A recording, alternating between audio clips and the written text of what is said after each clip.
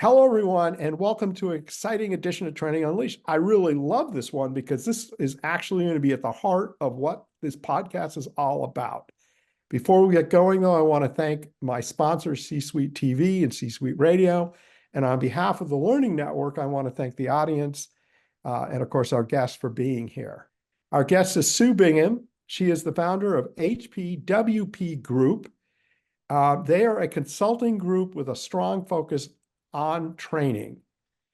In the briefing, it was super clear that we are aligned on the theme of the show. And for our regular listeners, you know this, the theme of the show is companies undervalue training, but if they do it right, they unleash results. Okay. Sue, why do people not invest in training? What are the root causes for companies not to sit back like you and I do and recognize how important training is? Well, I think training's become a throw the problem over the wall. When I was the corporate director of training at a big aerospace company, anytime there was a performance issue of any kind, they said, okay, well, it's a training issue, rather than look at what the root causes of the performance issues were. So I think training became just a general solution that they could throw over the wall to a training function or somebody else. That's my take.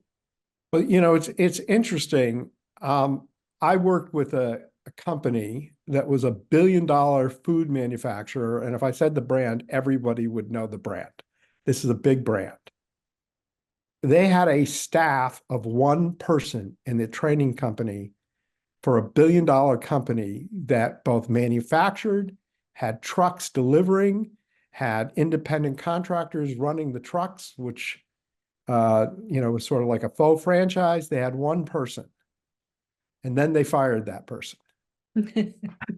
Yeah. So do you see issues at all with companies just not valuing training? Or is it they just don't know how to do training?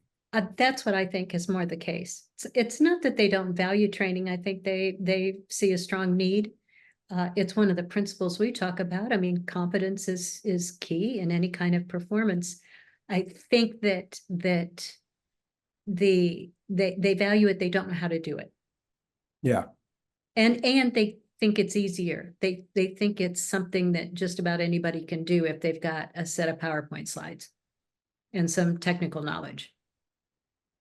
I find, I'm curious if you find this, that a lot of times people think that training should be like a TikTok or Instagram reel, where it's a short little video, and that is the solution to all their training problems, because then people will enjoy watching them. I'm looking at your smile, our audience, unless you're listening to us on YouTube TV or on C-Suite TV, or you're missing her smile, but are you noticing that too? Yeah, the kind of training that we do, it falls into technical, which is we have a technical process for technical training that reduces training time by 30 to 60%. The other part is the experiential training, and that's the training where you really need to spend time with people. It doesn't do well virtually. You need to get people in a room together. They need to build relationships. And that's because if we want to change behaviors and we want to have people use tools that we think are helpful, we have to convince them, and they have to feel that that's what they want to do. We have to win their hearts and minds, or they won't change. So that takes time. And you don't do that with snippets.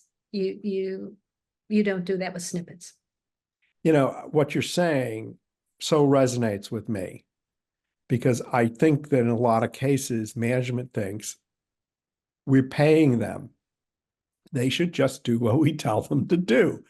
So training is about telling them what to do. But people, particularly younger generations, want to know why they're doing what they're doing. Yes, they do. What's the benefit of it? And sharing that vision is really critical. Could you maybe share with us like a customer experience where you don't need to name the name of the customer, but where you went into the customer and discovered what their issues were and then helped create that shared vision and the impact that had. Well, that's pretty much what we do when we start with companies. It starts with finding out what their vision of success is. That was a mistake I made early on as a consultant. So the reason I asked you this question is because I knew this is what you do, but I love it if you could put it in a case study. We had a client, this was the issue, if we could, just because I think it's more impactful. We had a client that was a very large manufacturer, had 30 different plants, was family owned, and they had a terrible turnover problem. And they were trying to figure out, they'd tried everything and nothing seemed to be working. And so they called us. We got referred somehow, and we were able to offer them a solution. And the solution was peer hiring teams. That saved them, they told us 6.4 million in the first 18 months. That's great. And the training was very tactical. The team of employees were probably better trained than any supervisor or manager's been trained. And it was only in 6 hours, but they had a chance to demonstrate and then talk about what values they saw in the individual. So it changed their entire, they went from 57% turnover to 27 and was continued to decline. Beyond that, though. Go, please continue. Beyond that, though, we continued to work with the company once we had some credibility there and had shown that we'd saved the money, and talked about, well, let's talk about the culture. Let's talk about the way you lead and the way you manage and how people are treated. And we ended up doing our experiential workshop that changes leaders' hearts and minds about 8 times, then help them develop their own with some of their own values. And they continued doing that for several years. They were able to stay open during 2008 when their competitors were closing plants. They developed a wonderful approach to turnover, or I'm sorry, to layoffs, which was called rolling right sizing. And the CFO came up with it because he was such a devout believer in the tenets of our approach. So it was a total company transition through helping people see that everyone has value and that everyone can contribute, and that what we need to do is really be transparent and clear and honest in terms of our expectations, and that those expectations should be high. So part of all of our development and training too goes into high expectations. We don't, everybody uses the term high expectations, but I don't see evidence of high expectations other than the words. I see job descriptions that look for minimums. We're looking for people who want to soar. So what I love, and I believe I heard, is you're really about finding, embracing culture in an organization and bringing it to life. Yes, And making it real.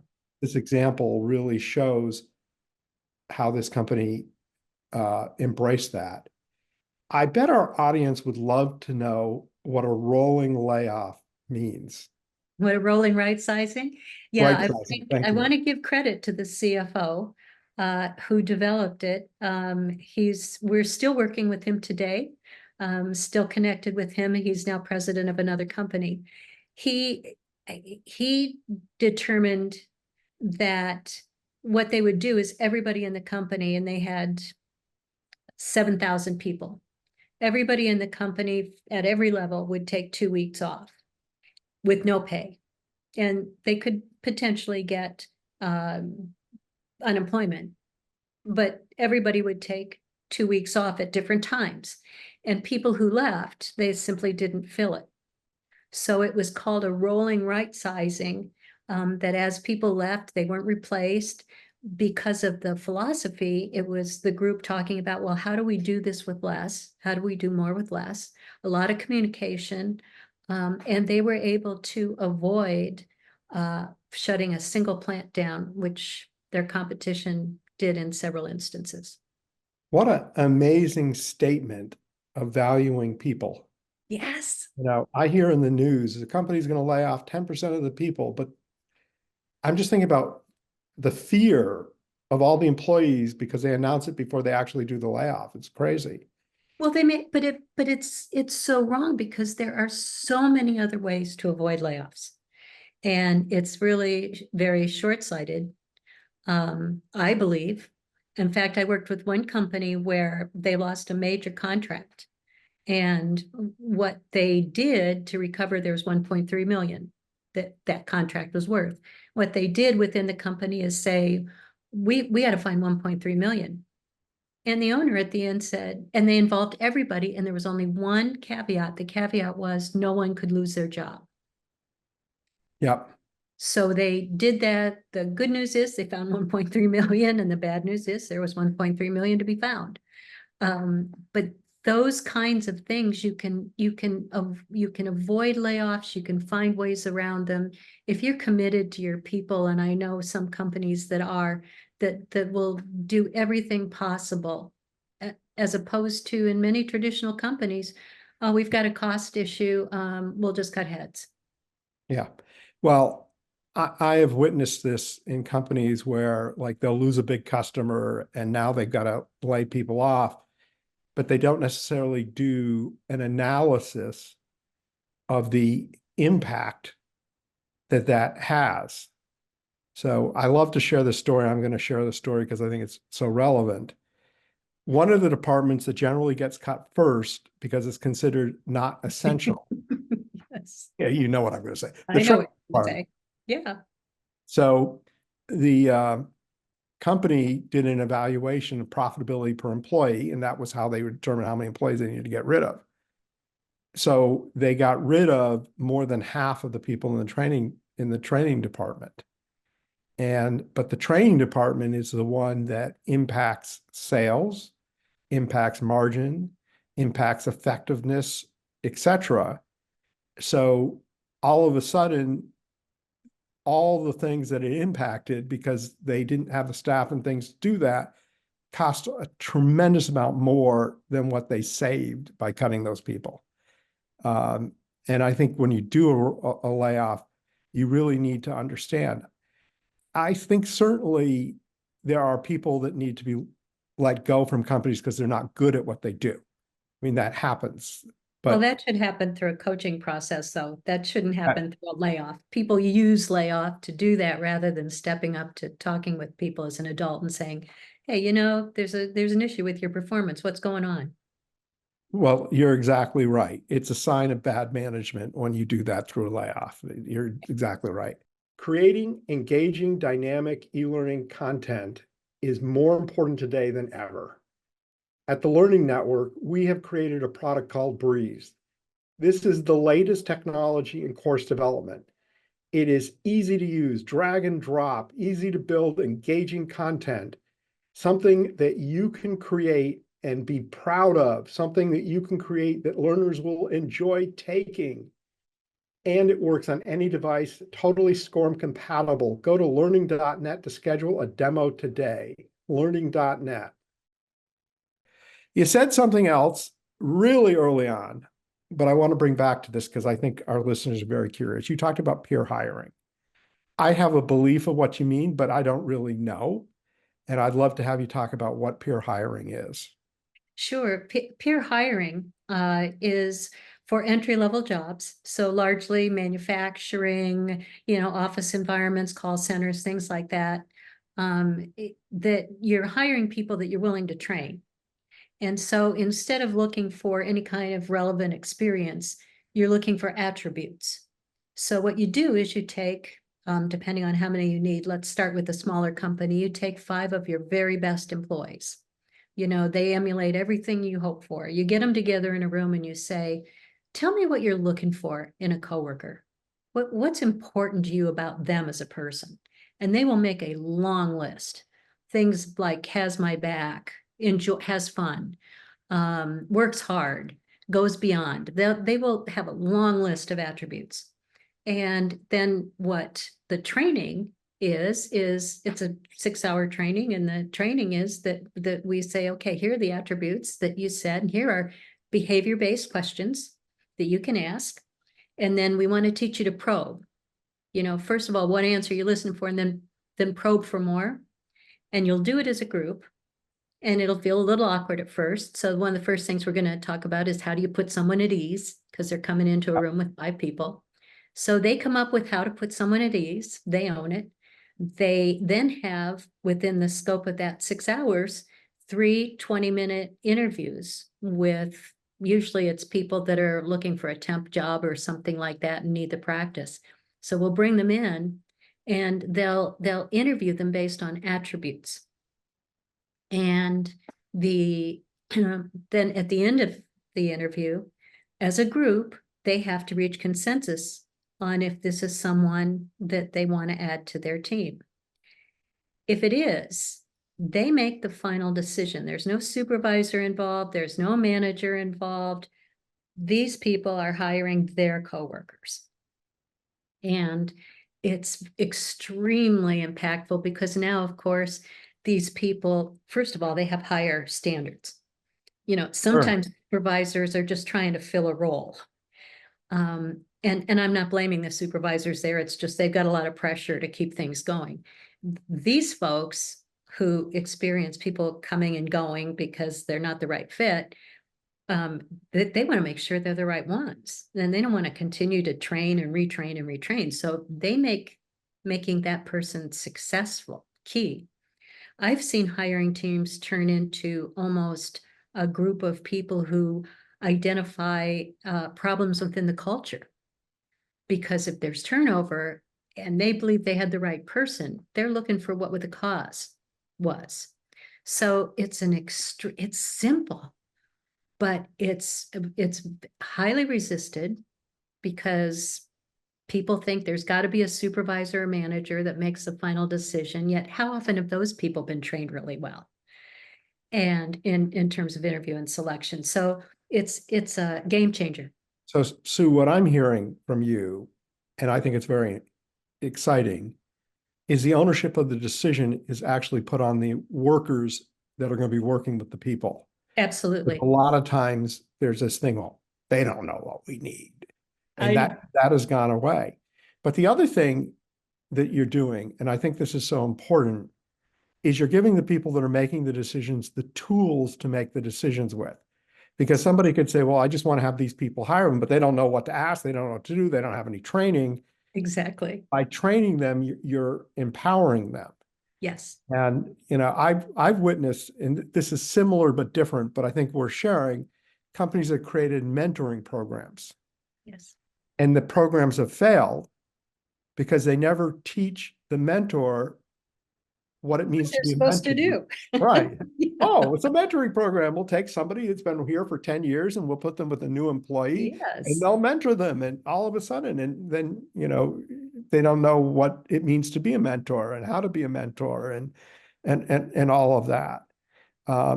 So this has been a very interesting conversation. It's extremely clear to me that you and your team don't just do and help companies, consult with companies on training.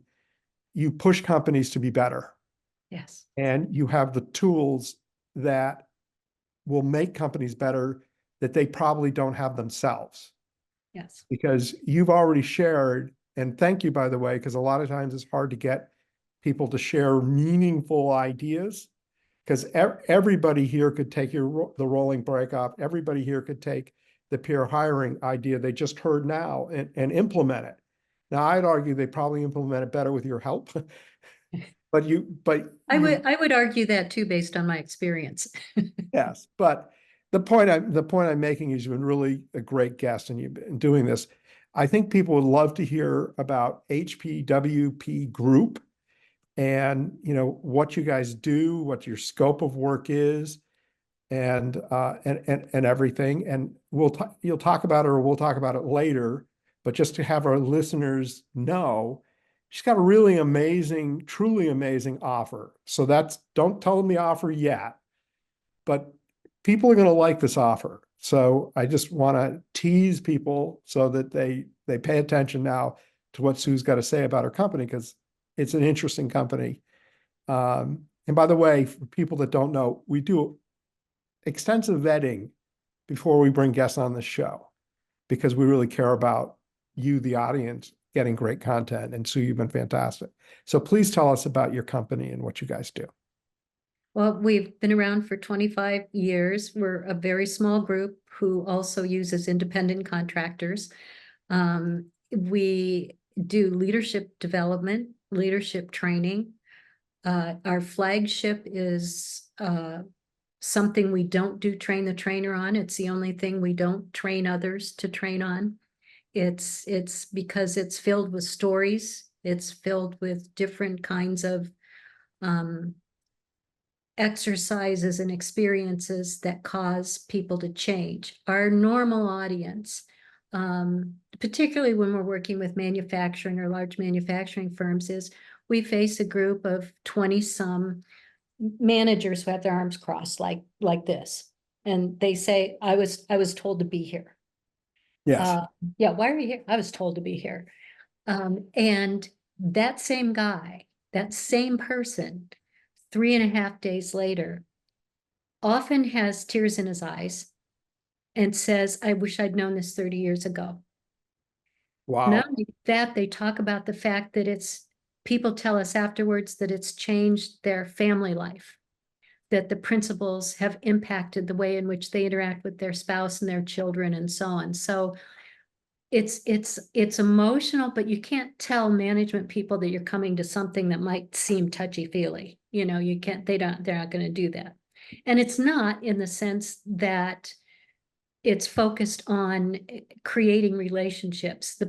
We've had 2 marriages in 25 years happen with male and female from 2 different companies who met at the workshop and got married. So this is a dating opportunity? Well, I never think of it quite that way, but I will tell you that the groups that get together stay together for a long, long time. And we've got many people that years later, I mean, I've been contacted in the last 2 days by two production managers who went through 15 years ago. They're now in a position where they're a president of company and a senior operations guy in another company. And they say, well, now I'm in a place where I can do this. I have the influence and the power to make this happen. So I'm years, hearing two things. I want to make sure our audience gets this because it's important. You do work directly with companies one-on-one, and you also do group work where people are going to intermingle with other people from other companies, which that's our leadership workshop. That's our leadership workshop where that happens. most companies like yours don't do the latter. They focus on doing stuff for just one company. I personally believe there's a tremendous benefit when you work with other companies, because you see things that they'll have issues with that you go, oh my goodness, we have the same issue, but I didn't think about it. So these are great. So please continue. I just wanted the audience to notice that. We also do in-house workshops. If it's a big company, one company we worked with, we did 13 in-house workshops in 1 year because they had such a big company and they wanted all the leaders to go through. So that's it. It's very fulfilling. What's important, and when I'm asking people to do training, is to say, tell me what you want people to leave knowing, thinking, doing, and feeling. And the feeling is a big part of it that people don't usually give attention to. So is it referred to as an empathy map? I don't know that term, but It sounds good. is an empathy map. Sounds good. I'm going to look that up right as soon as we get off this phone, this call. Sue, you got a great offer. And so please share the offer, and then of course share how people find the company. All they want to do is share their URL. What Sue wants to do is give. And I appreciate that. But my role here is to honor each of the guests because she's put together a great offer and make sure that everyone knows how to reach her. So why don't you share your offer and how to reach you? Well, training design is what I love to do. I think it's real important that it's experiential, that people are highly involved. And so I put together a virtual program called Training Made Simple, where for those people who have responsibility for training but haven't had a lot of background in training, a lot of times we just get put in those roles. I didn't have any education with regard to training. And we start with what the objectives are and so on, and we call it essentially what do I want to call it? It's like a challenge. You do it for X number of days, and you come out at the end of it with a training design that meets the objectives that you're charged with. It happens in a short period of time, and it happens with the opportunity to have collaboration, because I think every kind of training that gets developed is that much better when there's others influencing it. Absolutely. So Training Made Simple, the only thing to do is to call me or email me. Email me is probably best. And I'm at Sue I at, should make this clear, Sue, because you didn't say it clearly. I know what it is. She's offering this for free. oh yes, I'm offering this for free. So this is an online, web-based collaborative tool to help people that want to create something in training through their methodology of training made simple. So there's no cost, there's no requirement to use them ever again. Most of the people listening to Training Unleashed, either they themselves do training or they are connected to the people that do training. You can certainly refer other people, it doesn't have to be yourself or there's someone else, to take advantage of this. So Sue, what is your website and what is the email they send to let you know that they saw the episode? The website is www.hpwpgroup.com. And my address, email address is pretty much the same. It's sue@hpwpgroup.com. Thank you very much. And as you know, Sue, and as our listeners for sure know, we always end with, if you had one tip to give the audience, what would that one tip be?